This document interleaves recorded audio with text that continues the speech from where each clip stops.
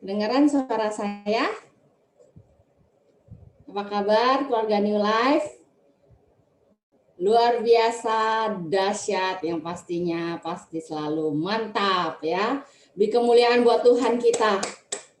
Ya, senang sekali kita bisa berjumpa lagi di sore hari ya. Bisa lihat muka-muka Bapak Ibu Saudara yang ganteng-ganteng, yang cakep-cakep, yang seger-seger, yang penuh dengan sukacita, luar biasa ya. Tema kita tahu bahwa hidup di dalam kemenangan Kristus ya. Kalau kita bicara tentang kemenangan, muka kita harus penuh dengan sukacita. Amin. Ya, kalau temanya hidup dalam kemenangan berarti harus konseling nanti. Curhat bersama New Life. Ya, puji Tuhan, kita akan membaca satu ayat ya sebagai pembuka di 2 Korintus 2 ayat 14. Tetapi saya akan bacakan sampai yang A saja ya. 2 Korintus 2 ayat yang ke-14. Saya akan bacakan buat Bapak Ibu Saudara. Tetapi syukur bagi Allah yang dalam Kristus selalu membawa kami di jalan kemenangannya. Ya, sampai situ Bapak Ibu Saudara. Tetapi syukur bagi Allah yang dalam Kristus selalu membawa kami di dalam jalan kemenangannya. Jadi sebenarnya Bapak Ibu Saudara, Kristus sudah membawa setiap kita untuk berjalan di jalan kemenangannya. Ya, kemenangannya berarti kemenangan yang dari Kristus. Amin. Itu adalah kabar luar biasa, kabar yang menyukakan hati setiap kita yang mendengarkan. Ya, Bapak Ibu Saudara, ketika saya membaca ini, wow, sangat luar biasa. Kita dikatakan tidak perlu berperang, ya, tidak perlu bertanding. Tetapi ada jalan kemenangan Kristus yang Tuhan sediakan dalam setiap kita. Yang Tuhan sudah persiapkan dan membawa setiap kita di dalam jalan kemenangannya. Di dalam terjemahan, terjemahan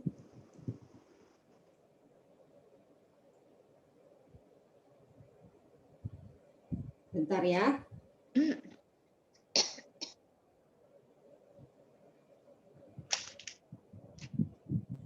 Di dalam terjemahan bahasa Indonesia, masa kini dikatakan seperti ini. Tetapi syukur kepada Allah, Ia selalu memimpin kami untuk ikut dalam pawai kemenangan Kristus. Karena kami hidup bersatu dengan Dia. Wow, saya membayangkan bahwa Kristuslah yang menang, ya. Lalu kita bersama-sama ikut di dalam pawai kemenangan Kristus. Kristus sudah membawa kemenangannya bagi setiap kita. Kemenangan atas apa? Kemenangan atas maut, Bapak Ibu Saudara. Jelas ya, kemenangan untuk mendatangkan keselamatan bagi setiap kita. Amin. Ya, itu tidak bisa kita lakukan. Ya, tidak ada seseorang pun sekaya apapun, sehebat apapun dia dapat memberikan keselamatan bagi dirinya sendiri. Semua itu dilakukan hanya karena Kristus. Karya Kristus di kayu salib sudah jelas dan nyata bagi setiap kita. Amin. Ya. Tetapi pertanyaannya Bapak Ibu Saudara, karya Kristus sudah selesai, ya. Dia katakan waktu dia disalib di 2000 tahun yang lalu, dia katakan it is finished, ya. Tadi pagi Pak Bagus menjelaskan bagus sekali. Tetelestai artinya sudah selesai. Ya, segala sesuatu yang sudah selesai tidak mungkin akan dikerjakan kembali. Tuhan Yesus Kristus sudah melakukan bagiannya di kayu salib, Bapak Ibu Saudara. Kita hanya berjalan, ya. Dialah yang memimpin kita untuk ikut dalam pawai kemenangan Kristus karena kita bersatu dengan Dia. Kita dan Kristus itu satu, Bapak Ibu Saudara. Jadi ketika Kristus menang di kayu salib berarti kita juga sudah menang. Menang atas dosa kita. Menang atas maut. Amin. Ya, itu sudah pasti di dalam kehidupan kita. Tetapi ada satu pertanyaan. saya renungkan, Bapak Ibu Saudara, ketika saya membaca kalimat berikutnya. Kita baca kalimat berikutnya. Ya. Di terjemahan TB dulu deh. TB biasa dulu ya. Dengan perantaraan kami, ia menyebarkan keharuman pengenalan akan dia di mana-mana. Ya. Saya akan bacakan di terjemahan bahasa Indonesia masa kini. Setelah tadi kita baca bahwa ia selalu memimpin kami untuk ikut dalam pawai kemenangan Kristus karena kami hidup bersatu dengan Dia. Lalu ada kalimat berikutnya yang menyatakan seperti ini. Allah memakai kami supaya berita mengenai Kristus tersebar. Ya. Allah memakai kami supaya berita mengenai Kristus tersebar. Seperti bau harum yang semerbak kemana-mana. Jadi kalau kita baca satu ayat ini, ada bagian Kristus yang tentunya Tuhan sudah selesaikan, Tuhan sudah kerjakan di kayu salib 2000 tahun yang lalu, dan karyanya dapat kita rasakan sampai hari ini. Tetapi pertanyaannya, apa yang kita lakukan setelah itu? Karena kalimat ini, ayat ini tidak berhenti sampai di situ. Dikatakan Allah memakai kami supaya berita mengenai Kristus tersebar. Bapak Ibu Saudara, berarti ada bagian anak-anak Tuhan. Ada bagian kita semua yang sudah mengecap kemenangan Kristus. Ada tongkat estafet yang sebenarnya harus kita kerjakan. Ya, Bapak Ibu Saudara. Saya percaya bahwa orang yang sudah menerima karya keselamatan Kristus itu hidupnya enggak hanya pasif. Enggak hanya diam saja, enggak hanya ya udah tiap hari bersorak-sorai memuji Tuhan, memuji kebesarannya, enggak sampai di situ Bapak Ibu Saudara. Amin. Enggak sampai di situ. Kalau sampai di situ, saya percaya ngapain Tuhan menciptakan setiap kita? Toh alam semesta yang Dia ciptakan bisa untuk memuji Tuhan. Ya. Alam semesta yang Dia ciptakan bisa untuk memuji, memuliakan nama Tuhan. Berarti ada tugas, ada bagian kita, ada karya yang harus kita lanjutkan di dalam kehidupan kita untuk selanjutnya. Kalau kemarin Pak Budita ada katakan bahwa kita berjalan di garis finishnya Tuhan, ya. Dimulai dari garis finish, jadi bukan dimulai dari angka 0 kayak SPBU gitu ya katanya. Ya, saya setuju sekali dengan itu, Bapak Ibu Saudara. Tetapi ada pertanyaan yang mengusik di dalam hati saya. Setelah kita berjalan, startnya lewat garis finishnya Tuhan, finishnya kita di mana? Ya kan? Ada garis start, berarti harusnya ada garis finish. Nah, ini yang akan kita bahas sore hari ini, Bapak Ibu Saudara. Keselamatan udah pasti bagi setiap kita yang percaya. Tetapi pertanyaannya, setelah itu kita harus lakukan apa? Apakah kita hanya angkat kaki, hanya memuji Tuhan, mengucap syukur, itu baik. Tetapi ada pekerjaan mulia dan tongkat estafet dari Tuhan untuk setiap kita umat pilihannya. Amin. Yang setuju katakan amin. Ya, kita harus mengerti. Ya, kita memang berjalan di garis finishnya Tuhan. Kita mulai dari garis finish Tuhan. Untuk itu kita nggak perlu lagi berusaha mati-matian untuk mengejar keselamatan seperti orang-orang di luar sana yang tidak mengenal Tuhan. Kita tidak perlu lakukan itu. Karena keselamatan sudah pasti bagi setiap kita. Ya, nggak perlu takut untuk mati, Bapak Ibu Saudara. Kapanpun kita mati, bagaimanapun cara kita mati, nantinya kita pasti masuk surga. Amin. Tempat sudah disediakan bagi kita yang percaya, Bapak Ibu Saudara. Yang harus kita pikirkan baik-baik, yang harus kita renungkan baik-baik, yang harus kita kerjakan baik-baik bersama-sama adalah pada saat kesempatan kita masih ada di dunia ini. Itu yang paling penting, Bapak Ibu Saudara. Ya, makanya kita mau belajar. Kita mau belajar dari satu perikop yang sangat memberkati. Ketika saya membaca ini, Bapak Ibu Saudara, saya mau share kepada Bapak Ibu Saudara agar kita sama-sama merenungkan, agar kita sama-sama mengerti setelah kita menerima kemenangan dari Kristus, apa yang harus kita lakukan. Ya, biar kita nggak salah dalam melakukan.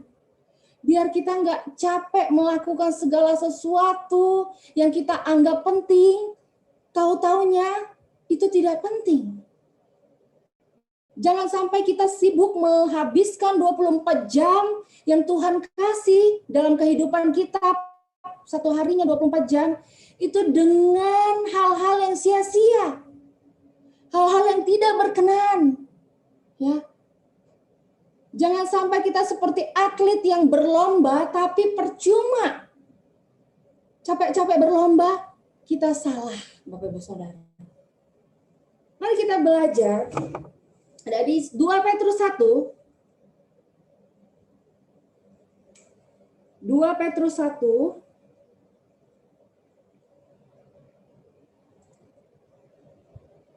Ayat yang pertama. Kita buka ya dari yang pertama deh.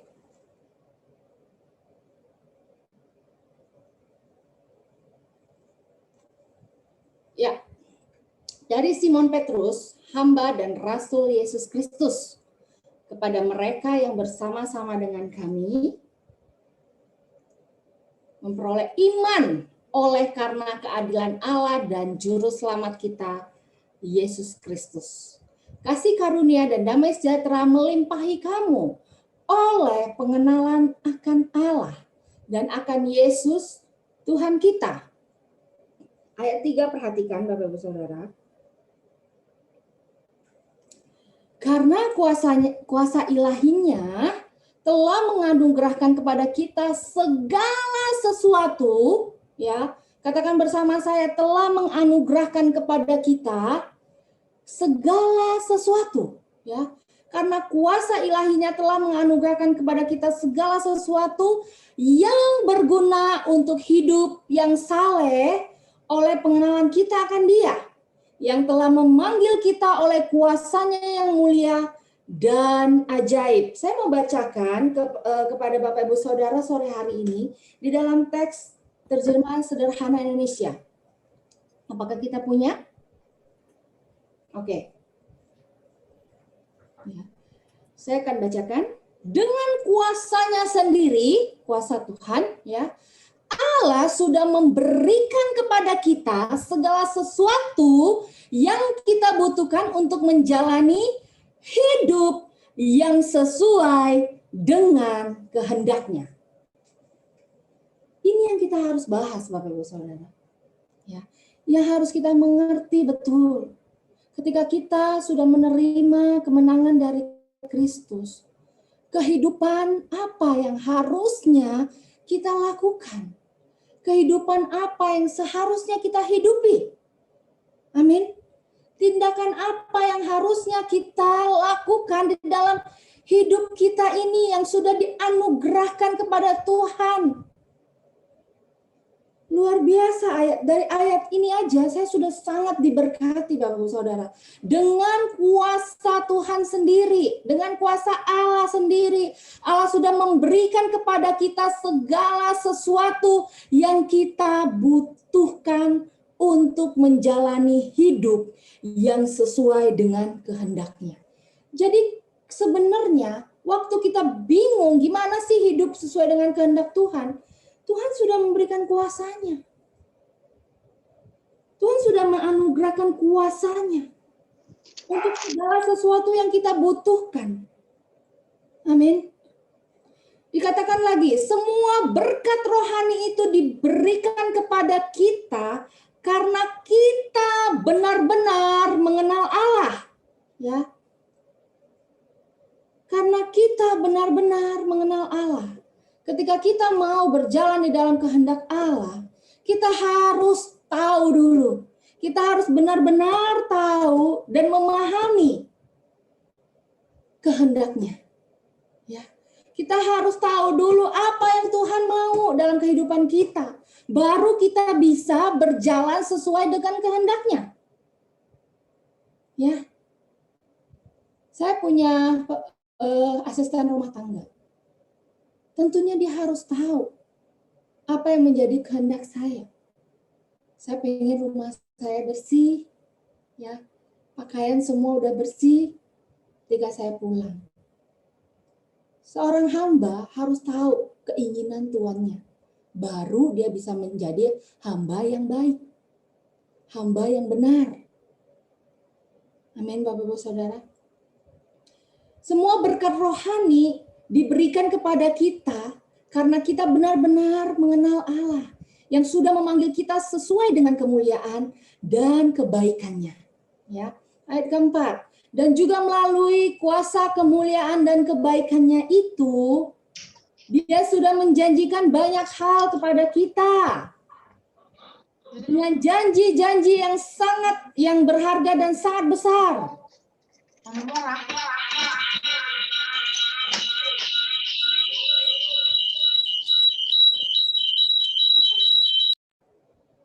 Halo, apakah suara saya dengar? Oke, sorry. Tadi seperti ada suara. Dengan janji-janji yang berharga dan sangat besar. Karena melalui janji-janji Allah itu, kita menerima roh Allah sendiri dan menjadi bersatu dengan Dia. Ya, dengan begitu kita tidak terikat lagi dengan segala macam dosa yang disebabkan oleh keinginan-keinginan kita yang jahat. Dosa itu sedang menguasai dunia seperti penyakit menular yang mematikan. Mari kita belajar. Pertanyaannya kan begitu ya. Gimana caranya untuk kita hidup sesuai dengan kehendak Allah? Waktu saya merenung ini, Bapak Ibu Saudara, ada suara berkata seperti ini. Setiap anak-anakku yang aku ciptakan bukan lagi hidup untuk dosa. Ya. Kita sudah seharusnya udah nggak hidup lagi untuk dosa. Kita seharusnya udah nggak lagi sibuk jatuh bangun di dalam dosa dan kelemahan kita. Memang kita masih hidup di dalam tubuh kita yang penuh dengan kelemahan. Tetapi sebenarnya ada kuasa yang mampu membuat kita untuk keluar dari dosa kita, ya, keluar dari segala kelemahan kita, keluar dari segala yang membebani kita. Ada kuasanya. Waktu saya membaca ini, saya merasa bahwa ada kuasa seharusnya di dalam setiap kita untuk kita menang di area-area yang mungkin saat ini kita masih dalam pergumulan. Jujur Bapak Ibu Saudara, saya masih bergumul di area sakit penyakit. Ya. Tetapi waktu saya membaca ayat ini, saya katakan kepada penyakit saya, engkau tidak berkuasa di dalam tubuh saya. Ada kuasa Bapak Ibu Saudara. Seharusnya ketika kita sakit, kita katakan kepada tubuh kita, segala sakit penyakit sembuh, ya. Segala sakit penyakit keluar dari tubuh. Karena kita punya kuasa. Amin, Bapak Ibu Saudara. Kita mau belajar ya di ayat-ayat selanjutnya. Ayat 5 dikatakan, oleh karena segala pemberian dan janji Allah kepada kita itu janganlah, dikatakan gini, janganlah kita sekedar percaya akan hal-hal yang dijanjikan kepada kita. Wow, ini sangat luar biasa. Jangan kita sekedar percaya akan hal-hal yang dijanjikan kepada kita. Tetapi dikatakan apa? Marilah kita masing-masing sungguh-sungguh berusaha untuk menjalankan apa yang kita percaya itu. Di Alkitab sudah jelas sekali caranya bagaimana. Kita akan belajar Bapak Ibu Saudara, ya. Marilah kita masing-masing sungguh-sungguh berusaha. Sungguh-sungguh itu artinya benar-benar berusaha. Sungguh-sungguh itu ada kegairahan Bapak Ibu Saudara. Sungguh-sungguh itu berarti ada semangat. Ya, bukan sekedar kita percaya, oh ya udah Tuhan Yesus mati buat kita, ada keselamatan, nanti kita mati masuk surga, ya udah kita hidup ini ya udahlah mengalir aja. Kemana Tuhan mau membawa saya? Enggak, Bapak Ibu Saudara. Dikatakan tetapi marilah kita masing-masing. Bukan 1-2 orang, bukan Bapak Gembala saja, bukan pengerja saja, bukan tim-tim yang ada saja, tetapi kita masing-masing, setiap kita sungguh-sungguh. Katakan bersama, masing-masing saya sungguh-sungguh. Ya, saya harus sungguh-sungguh berusaha untuk menjalankan apa yang kita percaya itu. Ini yang paling penting Bapak Ibu Saudara. Ya, kita harus belajar. Yang pertama, caranya adalah dikatakan, caranya adalah pertama, hidup dengan baik. Ya. Poin pertama, bagaimana kita hidup di dalam kehendak Allah? Yang pertama, hidup dengan baik. Katakan bersama, hidup dengan baik. Apa hidup dengan baik itu Bapak Ibu Saudara? Waktu saya renungkan, saya gali, ternyata hidup dengan baik itu bukan hanya tentang kebaikan-kebaikan yang biasa Bapak Ibu Saudara. Orang yang tidak mengenal Tuhan di luar sana bisa hidup dengan baik. Ya, hidup dengan baik ini luar biasa. Waktu saya gali, dikatakan seperti ini. Hidup dengan baik. Baik adalah segala sesuatu yang kita lakukan untuk orang lain yang dilandasi oleh kasih Allah. Segala sesuatu yang kita lakukan untuk orang lain yang dilandasi oleh kasih Allah. Kita bisa melakukan apa saja untuk orang lain.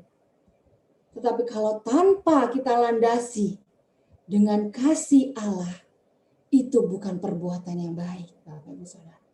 Perbuatan yang baik itu bisa dinilai atau bisa diukur dari 3 hal, Bapak Ibu Saudara. Yang pertama, perbuatan yang kita lakukan sesuai dengan firman Tuhan. Landasannya, patokannya ya adalah kebenaran firman Tuhan. Kalau engkau berbohong demi kebaikan, itu bukan kebaikan. Ya, Bapak Ibu Saudara, kalau kita berani berbohong supaya dianggap baik sama orang, supaya dinilai baik sama orang, itu kita nggak baik sebenarnya.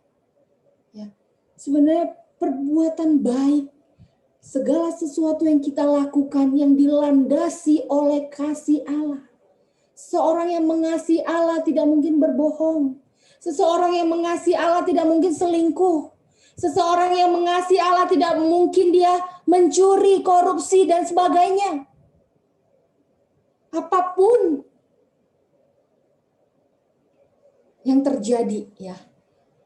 Apapun ada 1001 alasan orang melakukan mungkin korupsi. Oh, daripada anak saya nanti nggak makan. Daripada nanti saya dimarahin bos, dipecat, apa-apalah.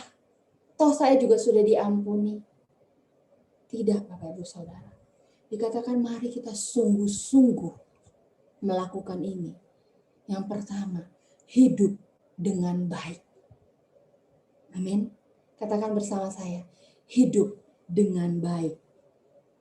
Ya, ada 3 hal tadi yang menjadi yang bisa diukur kebaikan kita. Yang pertama, perbuatan yang dilakukan adalah sesuai dengan kebenaran firman Tuhan.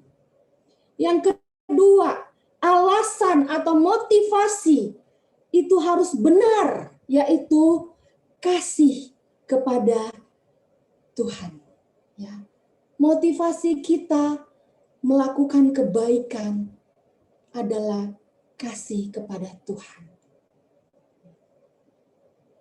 Kasih dan ucapan syukur atas keselamatan yang kita terima. Orang yang sudah menerima keselamatan hidupnya pasti juga keluar kasih kepada banyak orang. Ya, Bapak Saudara, motivasinya harus kasih. Kasih itu macam-macam. Kalau engkau menegur orang hanya karena emosi, ya, sampai emosi dan bukan karena kasih, itu juga bukan perbuatan baik. Tetapi kalau kamu menegur orang yang kamu kasihi, karena kamu mengasihi dia, karena ada kasih Kristus dalam hati setiap kita, yang ingin melihat orang ini baik, yang ingin menyelamatkan orang ini, ya. Kadang-kadang kan kita nggak tahu kalau kita sedang salah. Kalau ada teguran, ada didikan, kita tahu kita sedang salah. Tapi kalau kita membiarkan orang itu, ya, tidak menegur, jangan tegur deh, nanti disalahin, nanti saya nggak enakan sama orang itu juga kita sedang tidak berbuat baik, Bapak Ibu Saudara. Kita membiarkan dia hancur. Ya, tapi kalau kita menegur, kita mendidik dia, mungkin agak keras, tapi kalau kita landasi dengan kasih Tuhan, motivasi kita karena ingin melihat dia maju, ingin melihat dia lebih baik lagi, itu kita sedang melakukan kebaikan. Ya. Yang pertama, perbuatan baik harus sesuai dengan kebenaran firman. Yang kedua, alasannya, motivasinya harus sesuai dengan kasih dan pengucapan syukur kita atas keselamatan yang kita sudah terima. Yang ketiga, tujuannya harus benar, Bapak Ibu Saudara. Tujuannya adalah memuliakan Tuhan. Ya, Bapak Ibu Saudara. Kita melakukan perbuatan baik bukan untuk dipuji orang. Ya. Kita melakukan perbuatan baik bukan untuk dibilang baik sama orang. Bukan untuk di fans, ya, bukan cari fans. Tapi biarlah orang itu bisa memuliakan Tuhan. Amin, Bapak Ibu Saudara. Ya. Yang pertama, caranya hidup dengan baik. Yang kedua dikatakan, tambahkanlah pengetahuanmu tentang hidup bijaksana. Ya. Tambahkan pengetahuan kita tentang hidup yang bijaksana. Bapak Ibu Saudara, banyak orang yang pintar, banyak orang memiliki segala macam pengetahuan. Seperti yang ditulis di 2 Petrus ini, banyak kaum-kaum gnostik yang lebih merasa pintar, ya, yang lebih mengutamakan pengetahuan mereka, sehingga mereka mengajarkan ajaran-ajaran yang palsu, ajaran-ajaran yang menyimpang. Ya. Makanya dikatakan, tambahkanlah pengetahuanmu tentang hidup yang bijaksana. Pengetahuan itu nggak cukup. Nggak cukup kita tahu. Ya. Tapi kita harus mengenal. Orang yang tahu dan mengenal itu beda, Bapak Ibu Saudara. Ya. Kita perlu mengenal. Makanya diperlukan hidup. Tambahkanlah pengetahuan tentang hidup yang bijaksana. Hidup yang bijaksana adalah apa, Bapak Ibu Saudara? Hidup yang bijaksana adalah orang yang hidup meminta hikmat Allah. Kebijaksanaan itu adalah hikmat Allah, Bapak Ibu Saudara, bukan hikmat manusia. Bukan pengetahuan kita aja, Bapak Ibu Saudara. Makanya kita perlu terus diisi firman Tuhan. Jangan pernah kita pikir bahwa saya udah mengetahui semuanya. Dan luar biasanya, sebenarnya di tempat kita, di gereja New Life, Bapak Gembala kita memikirkan setiap hari tentang setiap kita. Ya Bapak Ibu Saudara. Makanya ada satu minggu itu sepertinya padat ya. Kegiatan kita, ada NLC, ada doa malam, ya kan? Ada Family Church, ada FC. Nanti ada lagi program apa? Baca Alkitab bersama. Itu gunanya apa sih Bapak Ibu Saudara? Supaya kita terus-menerus bisa hidup bijaksana Bapak Ibu Saudara. Karena firman itu yang dibutuhkan untuk kita hidup bijaksana. Bagaimana Yusuf bijak? Seorang Yusuf adalah orang yang bijaksana. Makanya orang yang bijaksana dia kuat menghadapi apapun di dalam kehidupan ini. Ya Bapak Ibu Saudara. Yusuf orang yang bijaksana. Bisa lihat, kita bisa baca cerita Yusuf bagaimana dia bisa hidup sangat bijaksana. Ya. Sampai ada godaan, dia juga nggak jatuh. Jangan sampai kita merasa kita sudah kuat mendengar firman, sudah hari Minggu aja deh. Nggak usah lah ada firman di dalam keluarga. Nanti toh anak saya udah gede, mereka akan sekolah minggu dan sebagainya. Jangan Bapak Ibu Saudara. Ayo bersama-sama keluarga. Kita bangun mesbah keluarga. Kita ikut Family Church. Ya. Sebenarnya itu bukan untuk menguntungkan siapa-siapa Bapak Ibu Saudara. Itu untuk menguntungkan keluarga kita sendiri. Amin. Semakin banyak firman yang masuk kepada anak-anak kita, kepada kita orang tua, firman itu bisa menegur kita, bisa menasihati kita, ya, bisa merubah kelakuan kita. Kita harus setiap hari tidak jemu-jemu untuk mengajarkan kepada anak-anak kita, generasi di bawah kita. Jangan sampai generasi di bawah kita lebih percaya atau lebih ikut-ikutan pengaruh teknologi daripada pengaruh firman Tuhan. Makanya penting sekali Family Church di dalam keluarga. Amin. Setiap hari Minggu, ayo jangan jemu-jemu untuk ibadah. Dan puji Tuhan keluarga New Life, saya bisa merasakan bahwa keluarga New Life semangat untuk ikut, ya, doa malam. Kita juga hadir bersama-sama untuk saling kita mendoakan, menguatkan Bapak Ibu Saudara. Hidup bijaksana adalah hidup dengan kemampuan rohani melihat dan menilai sesuatu dengan sudut pandang Tuhan. Itu hidup bijaksana Bapak Ibu Saudara. Nah, dikatakan ajarilah kami untuk menghitung hari-hari kami. Ya. Bijaksana itu banyak. Kita harus menjadi orang yang bijaksana. Ya. Bukan hanya penuh dengan pengetahuan, tetapi bijaksana. Salomo orang yang bijaksana, orang yang penuh dengan hikmat Tuhan. Makanya dia bisa seperti itu. Bisa kaya segala luar biasa, bisa mengatur istananya dengan sangat luar biasa. Kalau kita baca ya, kita udah baca kan Salomo bagaimana pengerja-pengerjanya semua berdiri, cara berpakaiannya perfectly gitu. Bisa menjadi teladan.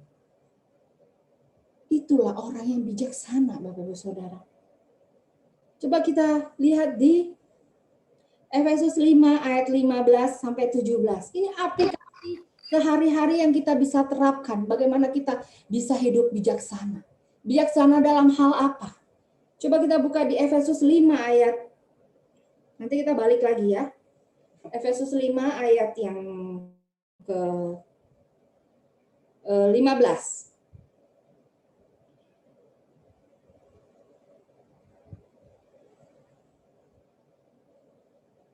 Efesus 5, ya. Karena itu perhatikanlah dengan saksama bagaimana kamu hidup. Janganlah seperti orang bebal, tetapi seperti orang arif. Arif ini Bapak Ibu Saudara. Orang arif adalah orang yang bijaksana. Ayat 16. Dan pergunakanlah waktu yang ada. Karena hari-hari ini adalah jahat.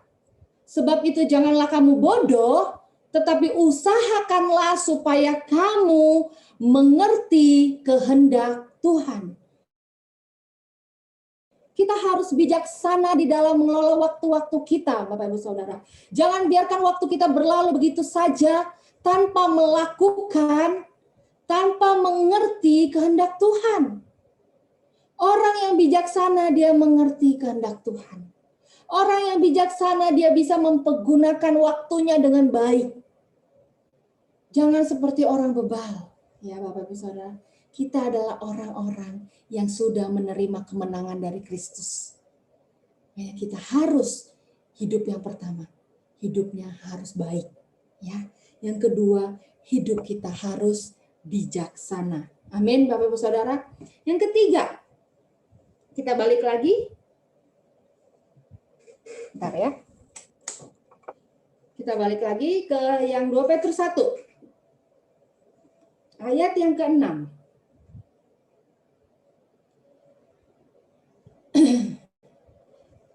Ya. Yang ketiga. Belajarlah bagaimana cara menguasai diri. Bapak Ibu Saudara, saya nggak tahu ya di area-area mana yang kita belum menang. Kita masih susah untuk menguasai diri. Ya. Ada orang yang belum bisa menguasai diri di area keuangan. Ada orang yang belum bisa menguasai diri di area pergaulan. Atau apapun itu. Dikatakan belajarlah bagaimana cara menguasai diri kita. Ya. Bagaimana kita bisa menguasai diri kita, Bapak Ibu Saudara? Coba kita buka di Galatia 5 ayat 16.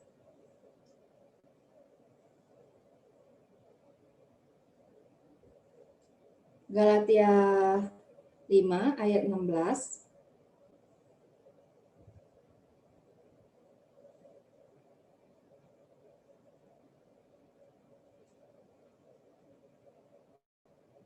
Maksudku ialah hidup oleh roh, maka kamu tidak akan menuruti keinginan daging. Ya. Sebab keinginan daging berlawanan dengan keinginan roh, dan keinginan roh berlawanan dengan keinginan daging. Karena keduanya bertentangan, sehingga kamu setiap kali tidak melakukan apa yang kamu kehendaki. Akan tetapi jikalau kamu memberi dirimu dipimpin oleh roh, maka kamu tidak hidup di bawah hukum Taurat. Ayat 19 sampai 21 itu adalah perbuatan daging, ya. Nanti Bapak Ibu Saudara bisa baca di rumah. Percabulan, kecemaran, hawa nafsu, penyembahan berhala, perseteruan, perselisihan, iri hati, amarah, kepentingan diri sendiri, percederaan, roh pemecah, kedengkian, kemabukan, pesta pora, sebagainya. Itu adalah kedagingan, Bapak Ibu Saudara. Itulah adalah hal-hal yang bisa menguasai diri kita. Ya. Kalau kita tidak dipimpin oleh roh, yang pasti yang memimpin kita adalah daging kita. Ya Bapak-Ibu Saudara. Makanya di dalam Markus 4, di dalam Markus 4 ayat 18 sampai 19, nggak usah ditampilkan, saya akan bacakan aja. Dan yang lain ialah, ini bicara tentang firman ya. Dan yang lain ialah, Markus 4 ayat 18, yang ditaburkan di tengah semak duri, firman yang ditaburkan di tengah semak duri, itulah yang mendengar firman itu, ayat 19, lalu kekhawatiran dunia ini, dan tipu daya kekayaan, dan keinginan-keinginan akan hal yang lain, masuklah menghimpit firman itu sehingga tidak berbuah. Bapak Ibu Saudara, kenapa sih banyak orang-orang udah mendengar firman, udah setiap hari. Tapi firman itu nggak berbuah. Sepertinya tidak ada kuasa. Bapak Ibu Saudara, coba kita refleksikan di dalam kehidupan kita. Ada nggak ya keinginan-keinginan kita? Ada nggak ya kesukaan-kesukaan kita yang masih bertentangan dengan firman Tuhan? Ya. Kekhawatiran dunia ini bisa menguasai diri seseorang. Ya. Tipu daya kekayaan bisa menguasai diri seseorang. Keinginan-keinginan akan hal lain. Saya nggak tahu keinginan apa. Keinginan daging tentunya ya. Bisa menguasai hidup seseorang. Ya, Bapak Ibu Saudara. Iri hati, itu kan nggak kelihatan. Itu dalam hati kita. Yang tahu kita sama Tuhan.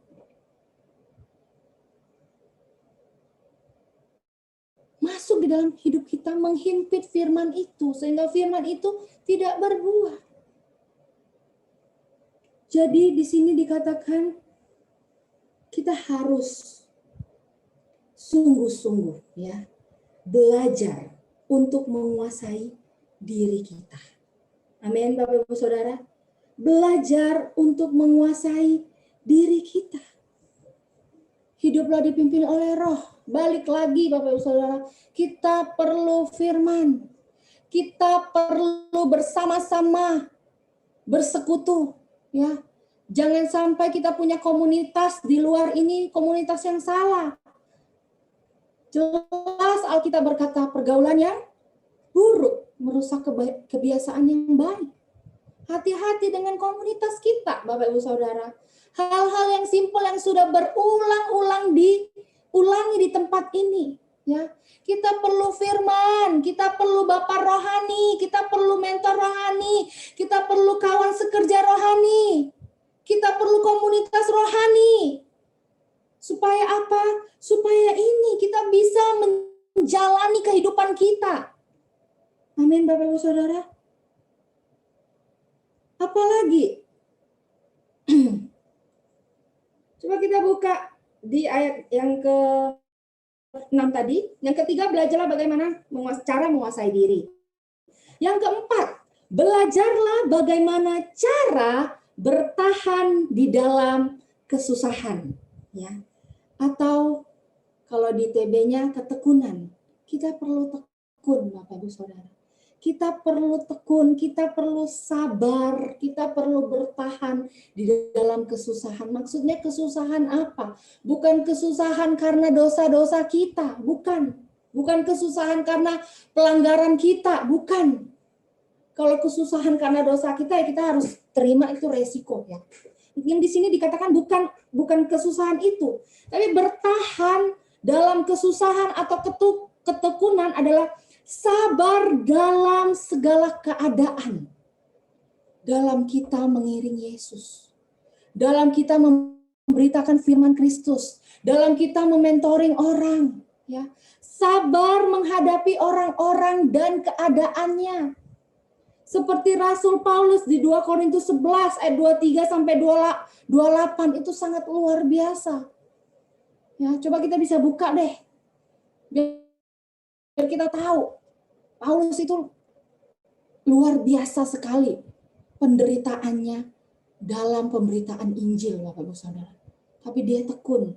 Ya, 2 Korintus 11, 6, ayat yang 23 sampai 28. Apakah mereka pelayan Kristus? Aku berkata seperti orang gila, aku lebih lagi. Aku lebih banyak berjerih lelah, lebih sering dalam penjara didera di luar batas, kerap kali dalam bahaya maut. 5 kali aku disesa orang Yahudi, setiap kali 40 kurang 1 pukulan. 3 kali aku didera, 1 kali aku dilempari dengan batu, 3 kali mengalami karam kapal. Sehari semalam aku terkatung-katung di tengah laut. Dalam perjalanan aku sering diancam bahaya banjir, bahaya penyamun, bahaya dari pihak orang-orang Yahudi, pihak orang bukan Yahudi, bahaya di kota, bahaya di padang gurun, bahaya di tengah laut, bahaya dari pihak saudara palsu.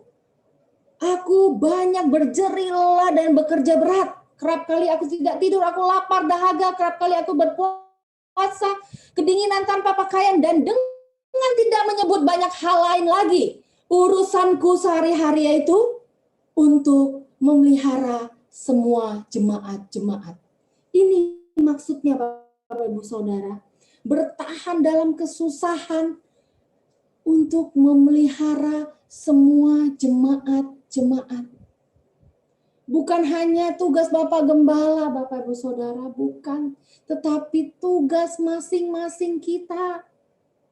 Amin. Makanya, ayo bersama-sama kita buka mata kita. Lihat sekeliling kita. Ada jiwa-jiwa yang memerlukan kita, Bapak Ibu Saudara. Yang memerlukan Kristus. Yang memerlukan kebenaran Kristus. Jadilah Bapa bagi mereka. Mungkin sulit, ya. Saya mau katakan mungkin sulit. Iya, sulit. Tapi dikatakan di sini, kita harus bertahan di dalam kesusahan. Kita harus tekun. Kita harus sabar dalam menghadapi orang-orang. Ya, pribadi watak orang itu beda-beda. Nggak apa-apa kalau kita udah mentoring orang, kita jadi bapak rohani orang, tapi orang itu nolak. Atau orang itu meninggalkan kita. Kita nggak sakit-sakit hati.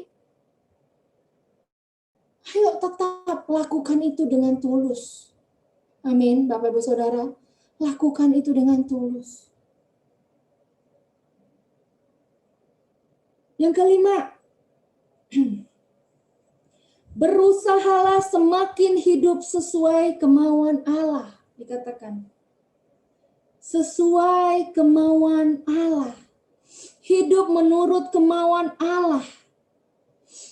Ini kata lainnya adalah hidup saleh, Bapak Ibu Saudara.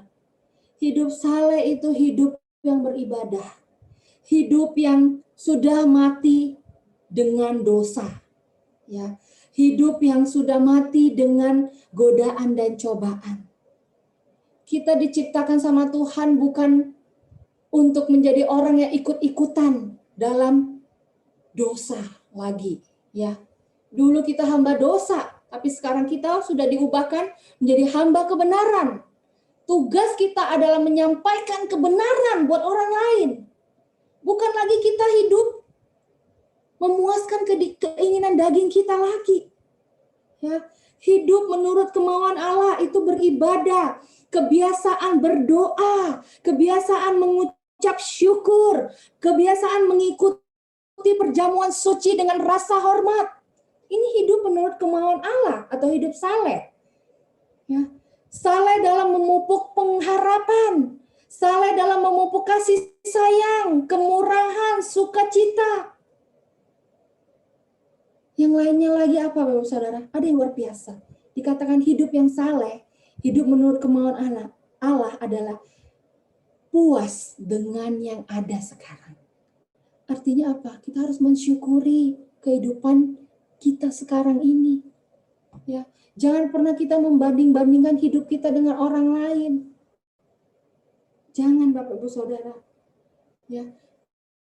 Hidup yang kita hidupi ini anugerah Tuhan. Amin.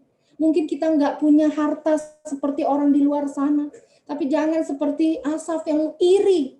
Kenapa mereka gemuk-gemuk, mereka nggak pernah sakit, Tuhan.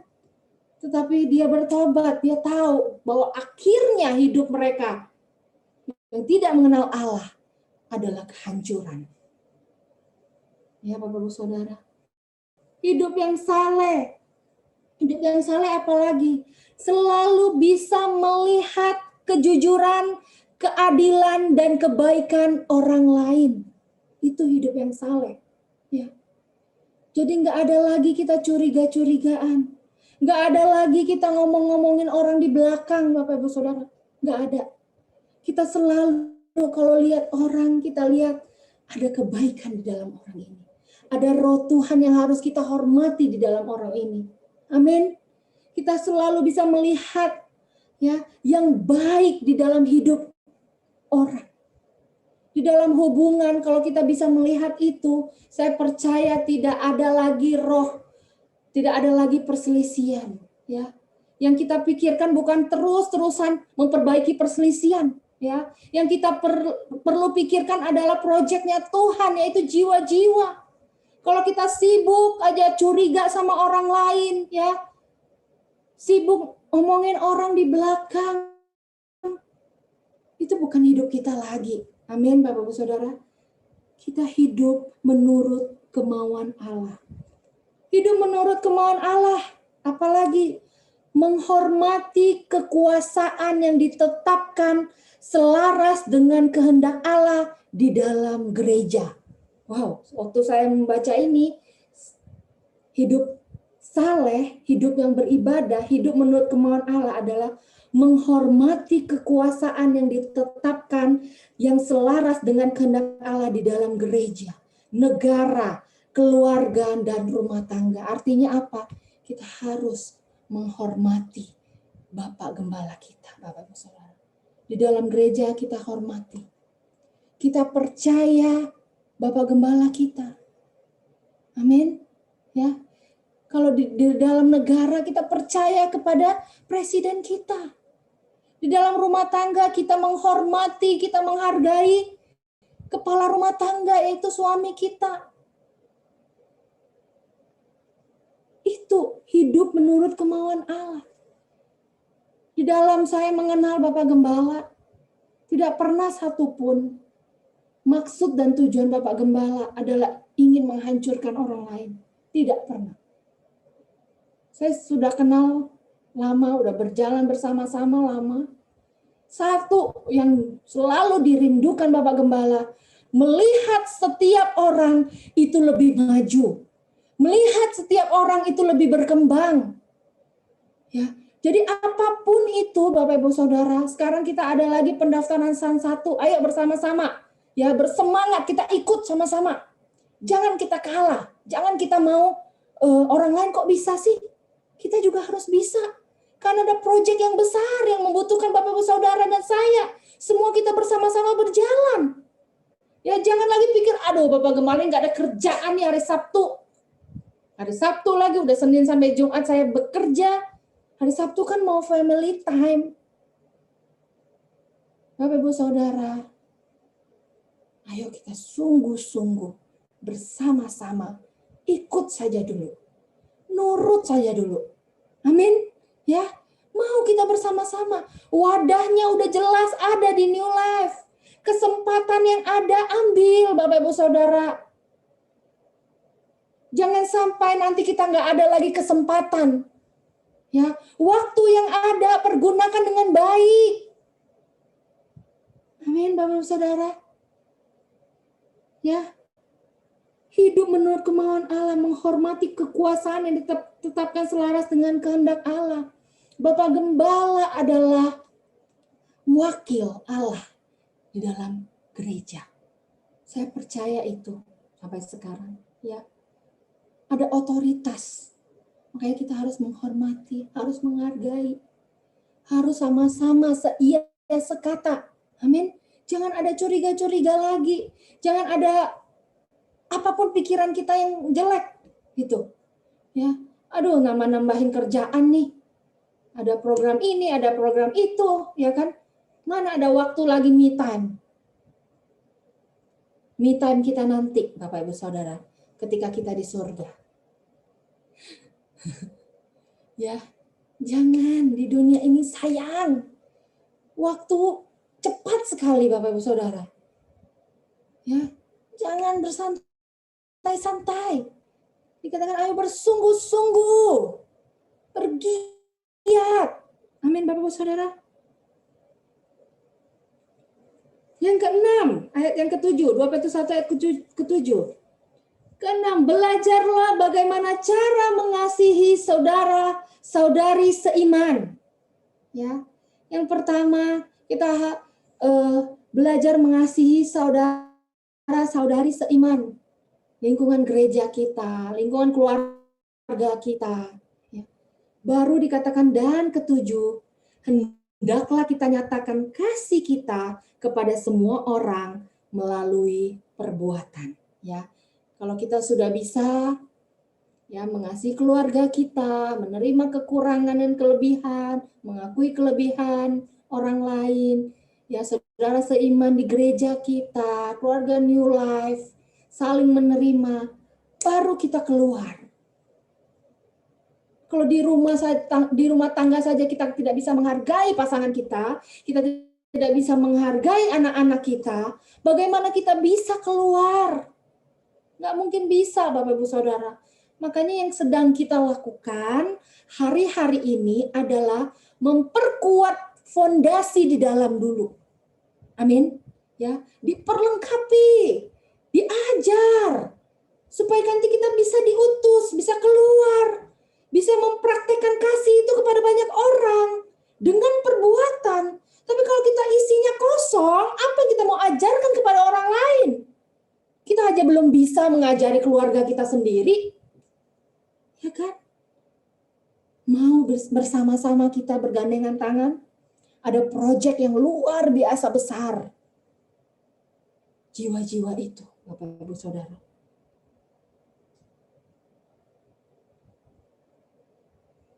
Ayat 8. Karena kalau semua sifat itu ada pada diri kita masing-masing, dan kalau kita semakin bertumbuh dalam hal-hal itu, maka dikatakan kita akan terbukti sebagai orang yang benar-benar mengenal penguasa kita, Kristus Yesus. Wow, luar biasa. Maka kita akan terbukti. Buktinya apa? Kalau kita melakukan hal itu. Kalau sifat-sifat yang di atas itu sudah ada di dalam diri kita masing-masing, dikatakan. Ya. Maka kita akan terbukti sebagai orang yang benar-benar mengenal penguasa kita, Kristus Yesus. Bukan hanya tadi percaya dikatakan, jangan hanya percaya, tapi kita benar-benar mengenal. Ya, berarti kita tidak lagi menjadi pengikut Kristus yang tidak berguna. Ada loh pengikut Kristus yang tidak berguna ternyata. Atau yang tidak memuliakan Dia dalam kehidupan kita masing-masing. Ya.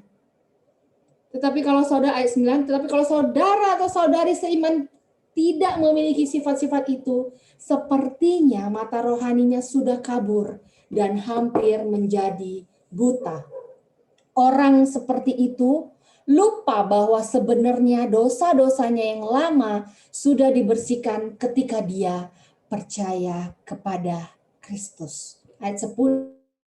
Oleh karena itu saudara-saudari berusahalah lebih keras lagi.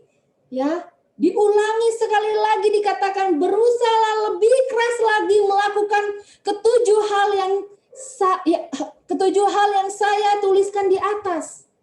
Ya, diulang lagi berarti sangat penting Bapak Ibu Saudara. Ada pengulangan kalimat lagi, berusaha lebih keras lagi.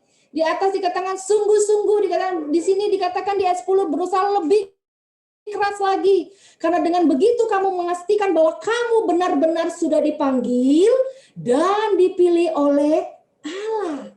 Karena kalau kamu tetap melakukan hal-hal itu, kamu pasti tidak akan gagal mencapai tujuan surgawimu. Wow, luar biasa sekali ayat ini Bapak Ibu Saudara. Ya, coba nanti setelah firman Tuhan kita sudah selesai ibadah, kita ulangi, kita baca ayat per ayat Bapak Ibu Saudara ayat ini. Luar biasa Bapak Ibu Saudara. Ada pengikut Kristus yang nggak berguna ternyata.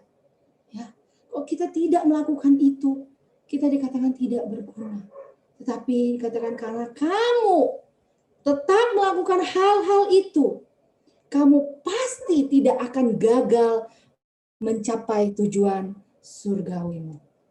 Ayat 11, dengan begitu waktu kamu masuk ke dalam kerajaan yang selama-lamanya, kamu akan disambut dengan penuh sukacita. Wow, luar biasa.